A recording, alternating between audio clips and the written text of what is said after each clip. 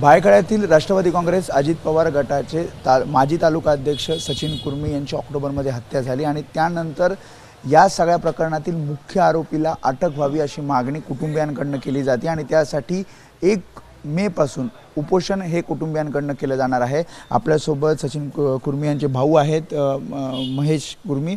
मला सांगा, तुम्ही उपोषण करणार आहात, तुमचं म्हणणं आहे की जे काही 16 आरोपी होते त्यातल्या 6 जणांना अटक झाली, मात्र मुख्य आरोपी जो आहे तो अजूनही फरार आहे, त्याला अटक नाही आहे आणि तुम्ही म्हणताय की त्याला कुठेतरी अभय या सरकारकडनं दिले जात आहे। काय तुमच्याकडनं माहिती आणि काय मागणी आणि कोण आहेत? असं आहे, आम्ही ही नावं सगळे आम्ही पूर्ण पुराव्यासकट आम्ही 1 तारीखला पूर्ण खुलासासकट पूर्ण पुरावे, कारण तुम्हाला पुरावे पाहिजे असणार, आम्ही पूर्ण पुराव्यासकट उतरणार 1 तारीखला। आणि आम्हाला कसं, आम्ही हे का पाऊल उचललं की आम्हाला हे ज्या क्राईम ब्रांचवाल्यांनी काय सांगितलेलं की आम्ही ह्यांना अरेस्ट करणार आहे, मुख्य जो आरोपी आहे ते नाव घेऊनच सांगितलेलं आम्ही अरेस्ट करणार आहे, त्यांचं सगळं झालेलं आहे। आणि 7 तारीखला जेव्हा माझे वडील ऑफ झाले ना, त्या दिवशी मी तिथनंच आलेलो होतो आणि घरी आल्यावर माझे वडील ऑफ झाले। त्यावेळी ते काय बोलले माहिती आहे, आम्ही तेव्हा शुक्रवार होता, सोमवारी आम्ही ह्या लोकांना सगळ्यांना अरेस्ट करायला चालू करणार।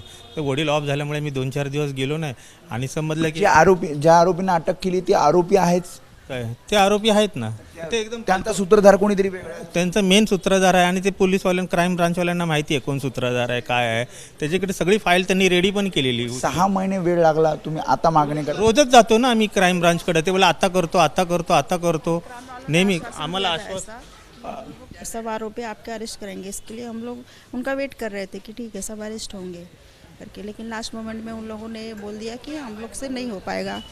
हाँ, तो मतलब जिंच्या पत्नी आहात, कशा प्रकारे तुम्ही पाठपुरावा केला आणि आता जे आरोपी अटकेत आहेत त्यांचा सुद्धा कोणीतरी, तुम्ही पोस्टरमध्ये म्हणताय की कोणीतरी आका आहे? हाँ, आका का ही दबाव की वजह से ही ऐसा हुआ कि वो लोगों ने अरेस्ट नहीं किया।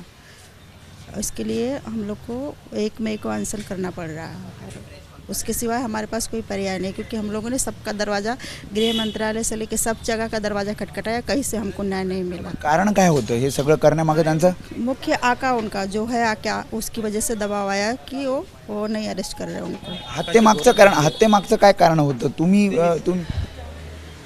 कारण बहुत से कारण उसके थे, जैसे कि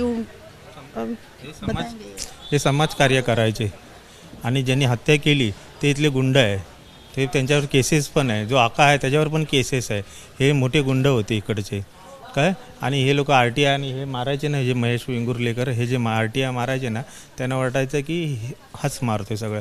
आणि इथं मोठा क्लब पण मोठा चालायचा, तिथं महिन्याला 1-1.5 करोडची इन्कम होती 3 पत्त्याची। ते क्लबवर क्राईम ब्रांचनी पण रेड मारलेली ना।